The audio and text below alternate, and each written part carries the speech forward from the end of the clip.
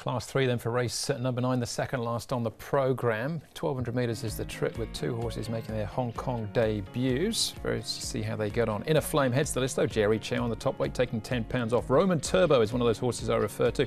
The Group 3 winner in Ireland as a 2-year-old. Winning for all, good third at price behind Healthy Happy last time out. Beauty Kobe makes his Hong Kong debut, unbeaten in 2 starts in Australia. Kaying Master won last time out. Scores of Fun's winning run came to an end behind Winning Dreamer. Yi Chong Pegasus is on a hat-trick. We've had a break in between. He's first up for the season. Dublin Star comes up in class with a win. And down to Classic Posh. He's very close to a class drop in actual fact. Another one behind Healthy Happy. Last time out, Dylan Rowe rides him from barrier 10. Pakistan Friend, who returns, and Classic Posh Tom and the horses that have been up at Chung Farm. Another race where there's not really a clear defined leader like that might go forward, because he has done that in the past and has been successful at doing it when he was a Griffin over the 1200 metres for now Frankie Law. Scores of Fun. I think he'll probably have to press forward. He'd probably ideally like to be one place further back, but just that wider draw would make them maybe potentially roll the dice and go forward. Pakistan Friend, he's another horse that has gone forward in the past. In a Flame flying on the turf. Then you've got Roman Turbo, who's a newcomer. He'll be back in the field. Quiet work here for Beauty Kobe, one of the first starters. Cheek pieces will go on him on debut. He's £11.97. He's had 3 trials. Zach Purton aboard. And he'd be an apt winner on Sasa Ladies Purse Day, but he goes nicely in his work anyway. Scores of Fun. He goes well. He's in the blue saddlecloth. He's had the 3 starts. He's only been beaten once, and that was by Winning Dreamer. No disgrace there. So the horse is going really well at the moment, and he travels comfortably there this morning. And like that, I think there's big improvement in this horse. He ran a nice 5th. Now he steps up from 1,000 to 1,200.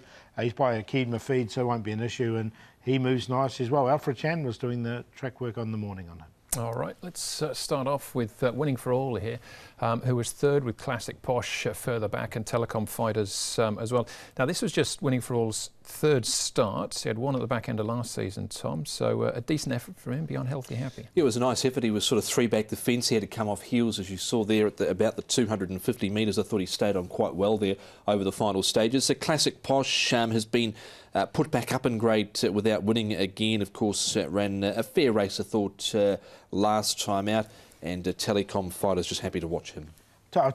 I've taken Winning for All out of that race because I thought it was a really nice run from him, and he keeps improving. All right, Kaying Master up on speed here. It was a strong winner with Inner Flame. It was good to see him back to something like his best horse. He was very disappointing at the start before. He was back like there was no tomorrow, Kaying Master, in this race, and look, he delivered.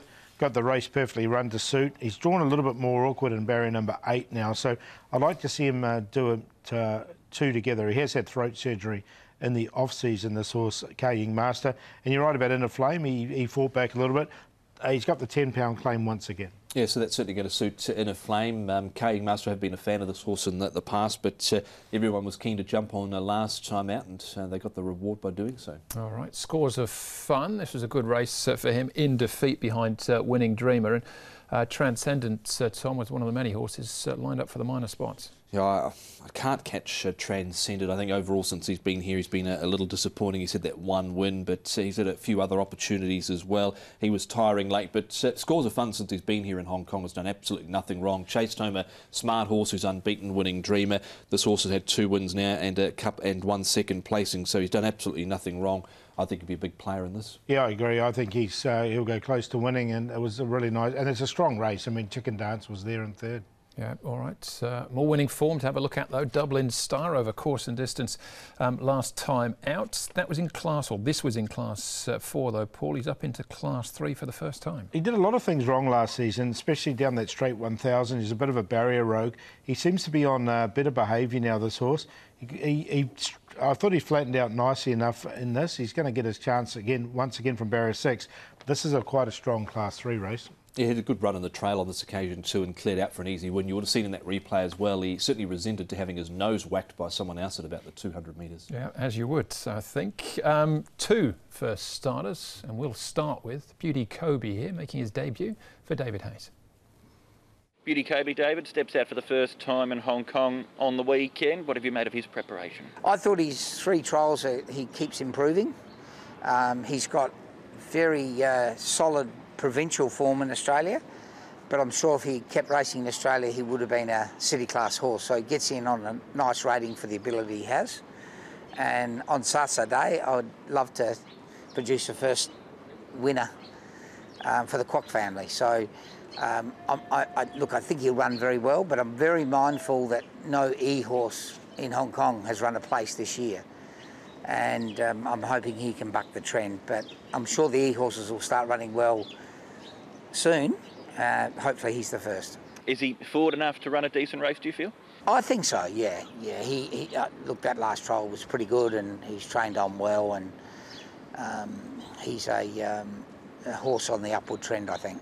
And you spoke about his form in Australia as well too. We won over 1170, won over 1400. Is he a sprinter or a miler? What sort of feel have you got for him distance-wise?